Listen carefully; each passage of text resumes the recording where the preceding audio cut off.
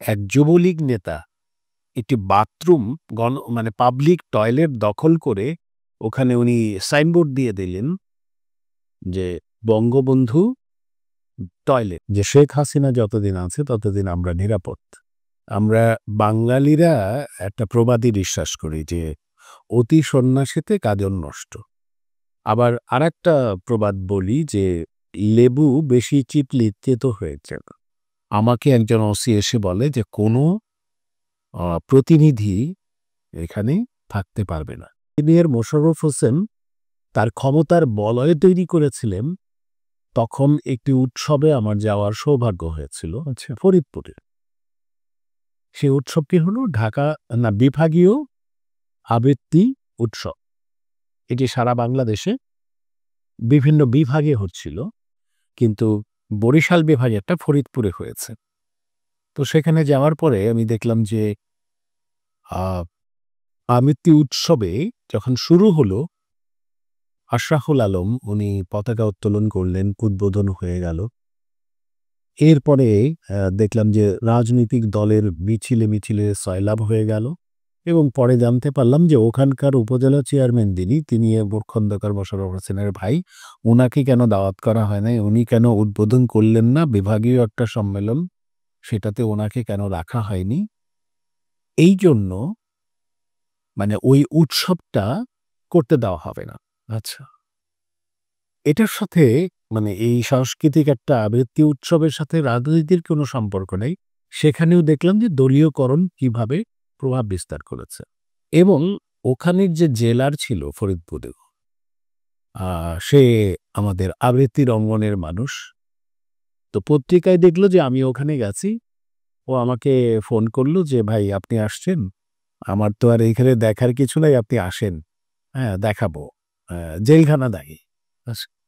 তো আমরা কোনো এক ফাঁকে ঘুরতেও গেলাম, দেখতে গেলাম।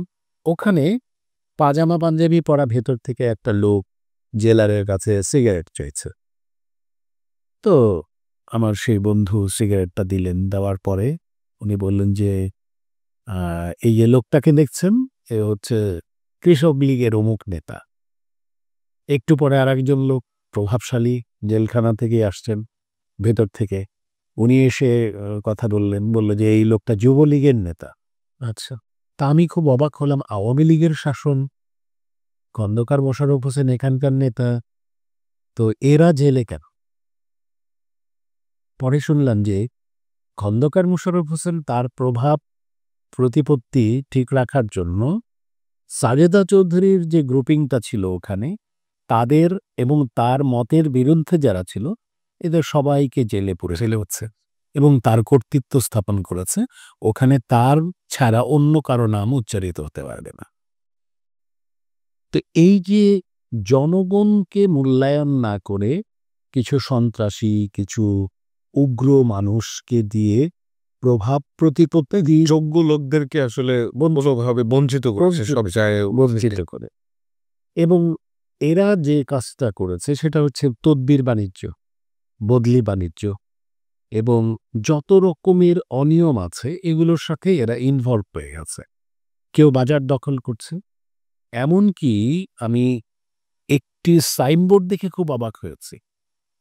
এখন সাইনবোর্ডটি নেই। ময়মনসিংহের ভালুকায় এক যুবলীগ নেতা একটি বাথরুম পাবলিক টয়লেট দখল করে ওখানে উনি সাইনবোর্ড দিয়ে দিলেন যে বঙ্গবন্ধু টয়লেট। বঙ্গবন্ধু টয়লেট, হ্যাঁ, যার এই শিরোনাম করবার নলেজ নাই, সে শুধুমাত্র ওই নামটা ব্যবহার করে ওটা দখলে নিলেন। পরের দিন ময়মনসিংহের জেলা প্রশাসক, এটা খবর হয়ে গেল, সাংবাদিকরা জানালেন, ওই সাইনবোর্ড টাইনবোর্ড সব করা হলো এবং সেই নেতাকেও সাসপেন্ড করা হোক।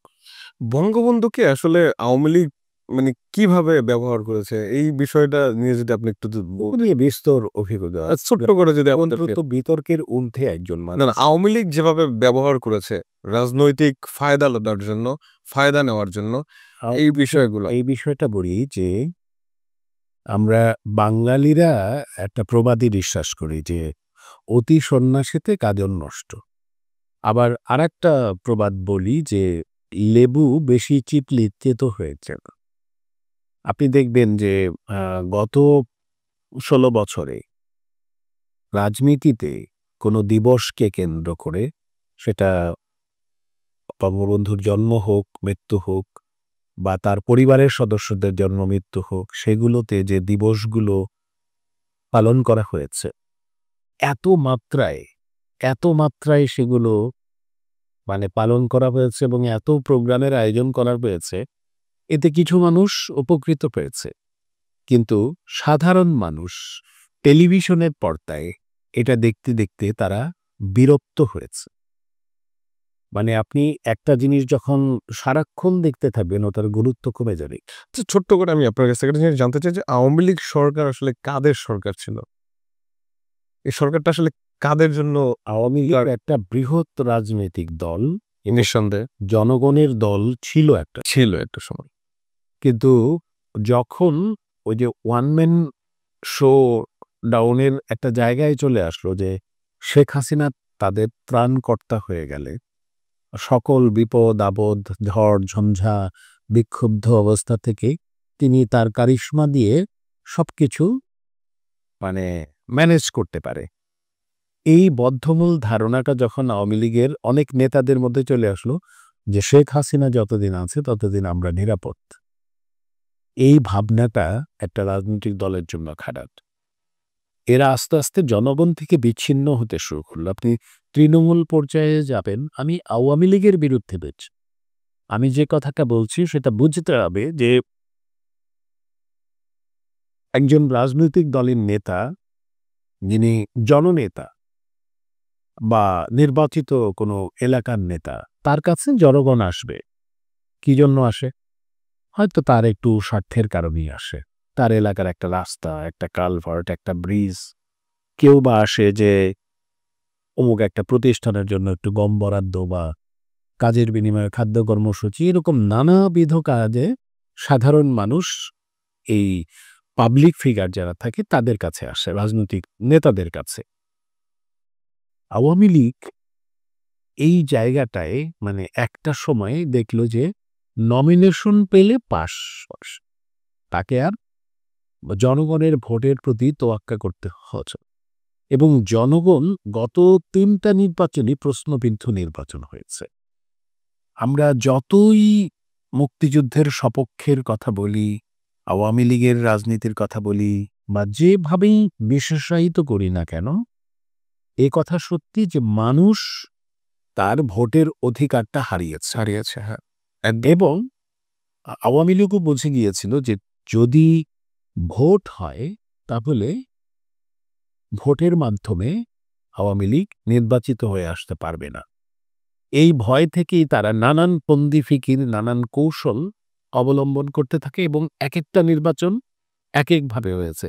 কোনোটা দেখবেন যে বিনা প্রতিদ্বন্দ্বিতায় ১৫০ জন নির্বাচন। কোনোটায় দেখবেন যে রাতের ভোট, দিনের ভোট রাতে হয়ে গেছে। কোনোটায় দেখবেন যে সব দলকে আনা হলো যে ঠিক আছে, এবার ফেয়ার নির্বাচন হবে। কিন্তু তাদেরকে নির্বাচনে দাঁড়াতেই দিল। গতকালকে একজন আমার খুব কাছের মানুষ, উনি খুব চিৎকার করে খুব সজোরে বলছিলেন যে আমি প্রিজাইডিং অফিসার ছিলাম। আমাকে একজন ওসি এসে বলে যে কোনো প্রতিনিধি এখানে থাকতে পারবে না, সব বের করে দিবেন, ওখানে শুধুমাত্র নৌকার লোকজন থাক। আমি বললাম যে তুমি প্রিজাইডিং অফিসার ছিল, তুমি তো এটা প্রতিবাদ করবে। বললো যে আমি প্রতিবাদ করলাম, আমি ওসিকে বললাম, কিন্তু কে শোনে কার কথা? আমি যদি বেশি বাড়াবাড়ি করি তাহলে আমার বিরুদ্ধে রিপোর্ট